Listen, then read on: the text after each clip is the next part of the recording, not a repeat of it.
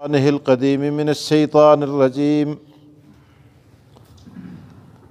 بسم اللہ الرحمن الرحیم وبشر الذین آمنوا وعملوا الصالحات ان لهم جنات تجری من تحتها الانہار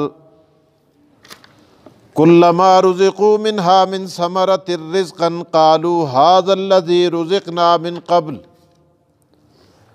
وَأُتُوا بِهِ مُتَشَابِهًا وَلَهُمْ فِيهَا أَزْوَاجٌ مُطَهَّرَةٌ وَهُمْ فِيهَا خَالِدُونَ صدق اللہ العظیم وصدق رسولہ النبی الکریم ونحن علی ذلک من الشاہدین والشاکرین والحمد للہ رب العالمین۔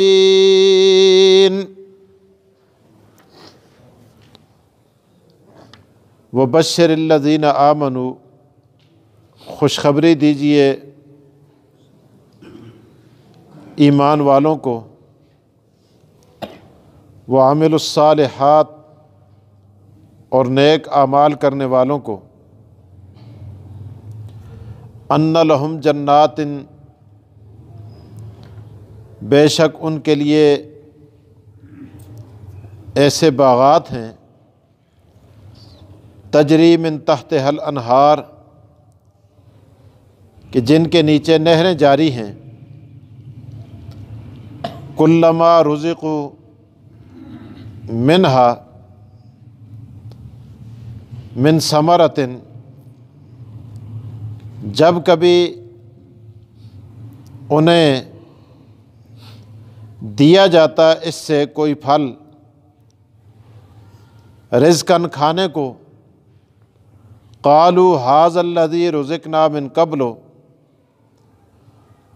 تو وہ کہتے یہ وہی ہے جو ہمیں کھانے کو دیا گیا تھا پہلے، وَأُتُوا بِهِ مُتَشَابِهًا، اور انہیں دیے جائیں گے اس سے ملتے جلتے، وَلَهُمْ فِيهَا أَزْوَاجٌ مُطَهَّرَةٌ، اور ان کے لیے اس جنت میں بیویاں ہوں گی پاک، وَهُمْ فِيهَا خَالِدُونَ، اور وہ اس میں ہمیشہ رہیں گے۔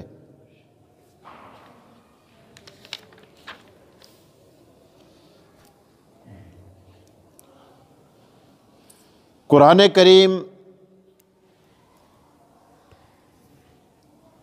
بڑا مربوط کلام ہے،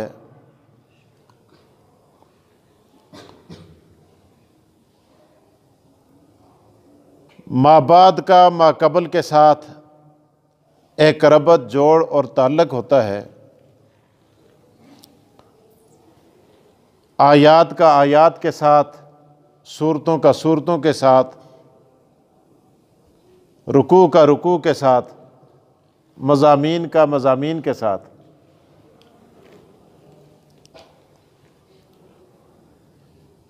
کل کے درس کے اندر آپ نے سماعت فرمایا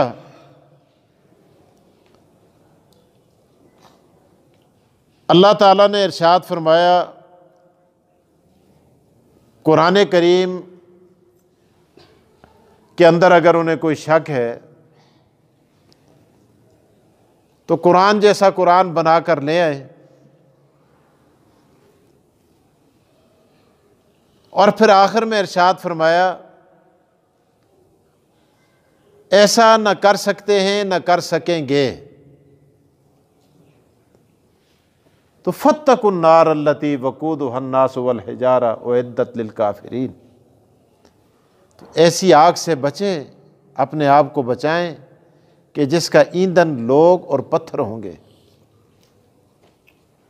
معلوم یہ ہوا کہ قرآن کریم کو لا ریب کتاب ماننا، قرآن کریم کے ساتھ تعلق جوڑنا، یہ حصول جنت کا باعث ہے، اور قرآن کریم کا انکار یہ دخول جنت کا باعث، دخول جہنم کا باعث ہے۔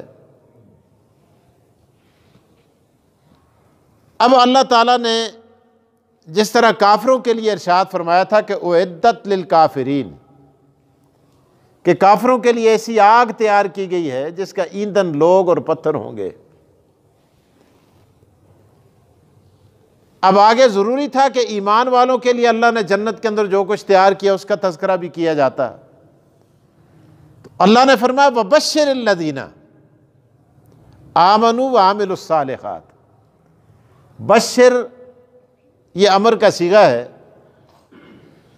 آقا دو جہاں محمد رسول اللہ صلی اللہ علیہ وسلم کو خطاب کر کے اللہ تعالیٰ ارشاد فرماتے ہیں کہ میرے پیغمبر خوشخبری دیجئے ایمان والوں کو اور نیک اعمال کرنے والوں کو. اب یہاں دو چیزوں کا تذکرہ ہے.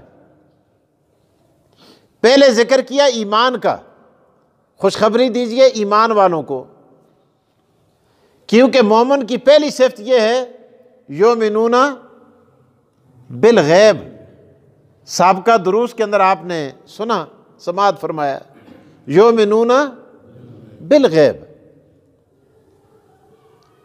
یؤمنون بالغیب کیا ہے؟ بن دیکھے اللہ کی ذات پر ایمان لانا، یعنی عقیدہ انسان کا درست ہو کہ سب کچھ کرنے والی ذات اللہ کی ہے، اسباب کے ساتھ بھی وہی کرتا ہے، اور اگر کرنے پہ آئے تو وہ اسباب کا محتاج بھی نہیں ہے، بغیر اسباب کے بھی کر سکتا ہے. اس نے بغیر اسباب کے دنیا میں کر کے بتایا نہیں، دکھایا نہیں. اب آدم علیہ السلام کو بغیر سبب کے، ماں اور باپ دونوں کے، اللہ تعالیٰ نے آدم علیہ السلام کو پیدا کیا. حضرت عیسیٰ علیہ السلام کو بغیر باپ کے پیدا کیا. اب بچانے پہ آئے آگ کے اندر ابراہیم علیہ السلام کو آگ کا خاصہ کیا؟ جلانا. پانی کا خاصہ کیا؟ غرق کرنا. تو بچانے پہ آئے تو ابراہیم علیہ السلام کے لیے آگ کو گلزار بنا دے. بچانے پہ آئے تو دریا کو حضرت موسیٰ علیہ السلام کے لیے جما کے رکھ دے، اسی دریا کے اندر فرعون کو غرق کر دے. عرض کرنے کا مقصد یہ ہے کہ پہلی چیز کیا؟ عقیدہ. اللہ تعالیٰ نے ارشاد فرمایا بشر الذین آمنوا، میرے پیغمبر ان لوگوں کو خوشخبری دے جن کا عقیدہ ٹھیک ہے کہ وہ خدا کو حاجت روا مانتے ہیں، مشکل کشا مانتے ہیں، کارساز مانتے ہیں، دستگیر مانتے ہیں، الہ مانتے ہیں، معبود مانتے ہیں، اللہ کی ذات اور صفات میں خدا کا کسی کو شریک نہیں ٹھہراتے. وَبَشِّرِ الَّذِينَ آمَنُوا، ایمان والوں کو، ایسے عقیدے والوں کو خوشخبری دیجئے. اور دوسرے نمبر پر وَعَمِلُوا الصَّالِحَاتِ، اور نیک اعمال کرنے والوں کو خوشخبری دیجئے. کس بات کی؟ أَنَّ لَهُمْ جَنَّاتٍ، کہ بے شک ان کے لیے باغات ہیں. جنت کے معنی ہوتے ہیں باغ کے، لغوی معنی جنت کے معنی ہوتے ہیں گھنا ہونا. اس کے اندر چھپنے کا معنی پایا جاتا ہے. اور جنت کو بھی جنت، باغ کو جنت اس لیے کہا جاتا ہے، باغ کو جنت اس لیے کہا جاتا ہے کہ درختوں کے گھنا ہونے کی وجہ سے باغ کی زمین نظر نہیں آتی، زمین چھپی ہوئی ہوتی ہے. آپ دیکھیں عربی کی فصاحت کا بھی آپ اندازہ لگائیں کہ اعراب کے بدلنے سے معنی بدلتا رہتا ہے. جنہ، جنہ، جنہ. جنہ کے معنی ہیں باغ، جنہ کے معنی ہیں ڈھال. الصوم جنۃ، حدیث کے اندر آتا ہے روزہ کیا ہے؟ ڈھال ہے. اب ڈھال کو بھی جنہ اس لیے کہا جاتا ہے کہ ڈھال کے پیچھے بھی آدمی چھپا ہوا ہوتا ہے. معنی کس کا پایا جاتا ہے؟ چھپنے کا. اب جنہ من الجنۃ والناس، جن کو جن کیوں کہتے ہیں؟ وہ بھی ہماری آنکھوں سے چھپا ہوا ہوتا ہے، اوجل ہوتا ہے. اب ماں کے پیٹ کے اندر جو بچہ ہوتا ہے اس بچے کو کہتے ہیں جنین. اب جنین اس بچے کو کیوں کہا جاتا ہے؟ وہ بھی ہمارے آنکھوں سے اوجل ہوتا ہے، چھپا ہوا ہوتا ہے، اس کو جنین کہا جاتا ہے. تو یہ عربی کی فصاحت ہے. اعراب کی تبدیلی سے معنی کے اندر چینجنگ آتی رہتی ہے، جنہ، جنہ، جنہ یا جنین. تو اللہ تعالیٰ نے یہاں بھی ارشاد فرمایا کہ ایسے بشر الذین وبشر الذین آمنوا، خوشخبری دیجئے ایمان والوں کو جن کا عقیدہ ٹھیک ہو. ایمان سے مراد کیا ہے؟ جن کا عقیدہ اگر درست نہیں، نمازوں کے انبار لگا دے. عقیدہ درست نہیں، عمروں کے انبار لگا دے. عقیدہ درست نہیں، صدقات کے انبار لگا دے، اللہ کے ہاں قابل قبول نہیں ہے۔ قابل قبول تابع پہلی شرط یہ ہے کہ عقیدہ درست ہو۔ عقیدہ کیا ہو؟ اللہ خالق ہے، اللہ ہی خالق ہے، اللہ ہی رازق ہے، اللہ ہی مالک ہے، اللہ ہی سب کچھ کرنے والا ہے، اللہ کے بغیر کوئی کچھ نہیں کر سکتا۔ بشر الذین وبشر الذین آمنوا وعملوا الصالحات، اور نیک اعمال کرنے والوں کو۔ یہ نہیں کہ آدمی ایک عقیدے کو لے کے بیٹھ جائے جی میرا عقیدہ اچھا ہے مجھے نمازیں کی ضرورت ہی نہیں، میرا عقیدہ اچھا ہے مجھے فلاں کام کی عمل کی ضرورت ہی نہیں، میرا عقیدہ اچھا ہے جی مجھے پڑوسیوں سے ہمدردی کی ضرورت ہی نہیں، میرا عقیدہ اچھا ہے جی مجھے نیکی کی ضرورت ہی نہیں، میرا عقیدہ اچھا ہے جی عقیدہ ٹھیک ہونا چاہیے جی بس مجھے تلاوت کی ضرورت ہی نہیں۔ نہیں، فرمایا جہاں عقیدے کا تذکرہ کیا وہاں ساتھ کس کا ذکر کیا؟ وعملوا الصالحات، اور وہ کیا کرتے ہیں؟ اچھے اعمال بھی کرتے ہیں، نیک کام بھی کرتے ہیں۔ وعملوا الصالحات ان لہم جنات، ان کے لیے جنات ہیں، باغات ہیں، تجری من تحتہا الانہار، ایسے باغات کہ جن کے نیچے نہریں جاری ہیں۔ اور پھر حضرت عبداللہ ابن عباس رضی اللہ تعالیٰ عنہ فرماتے ہیں جنتیں 7 ہیں، جنتیں 7 ہیں۔ حضرت عبداللہ ابن عباس رضی اللہ تعالیٰ عنہ کی روایت ہے، فرمایا پہلی جنت اس کا نام ہے جنت الفردوس، جو سب سے اعلیٰ جنت ہے۔ دوسرے نمبر پر جنت عدن، تیسرے نمبر پر جنت نعیم، چوتھے نمبر پر دار الخلد، پانچویں نمبر پر پانچویں جنت کا نام جنت المأویٰ، چھٹی جنت کا نام دار السلام، ساتویں جنت کا نام علیین۔ تو جنتیں کتنی ہیں؟ 7۔ یہ 7 جنتوں کے تو نام کم از کم آدمی یاد تو کرے، اللہ تعالیٰ سب کو جنت نصیب فرمائے۔ تو حضرت عبداللہ ابن عباس فرماتے ہیں جنتیں کتنی ہیں؟ 7۔ تو سب سے ادنا جنت جو ہے وہ علیین ہے، سب سے ادنا۔ اور ادنا جنتی کا یہ مقام ہوگا، مرتبہ ہوگا کہ اللہ تبارک و تعالیٰ ادنا جنتی کو کن مکن کے اختیارات عطا فرمائیں گے۔ کن کے اختیارات کیا ہیں؟ خدائی اختیارات۔ اللہ اکبر۔ اذا اراد شیئا ان یقول له کن فیکون، کن کہے گا جو چاہے گا وہی ہوگا۔ اللہ نے بات ختم کر دی قرآن کریم کے اندر، اللہ نے ارشاد فرما دیا وَلَكُمْ فِيهَا مَا تَشْتَهِي أَنفُسُكُمْ وَلَكُمْ فِيهَا مَا تَدَّعُونَ، کہ تمہارے لیے جنت میں وہ ہوگا جو تمہارا جی چاہے گا، تمہارے لیے جنت میں وہ ہوگا وَلَكُمْ فِيهَا مَا تَدَّعُونَ، جس کی تم خواہش کرو گے، جو تم مانگو گے۔ اور آگے فرمایا نُزُلًا مِّن غَفُورٍ رَحِيمٍ، یہ تمہاری مہمانی ہے۔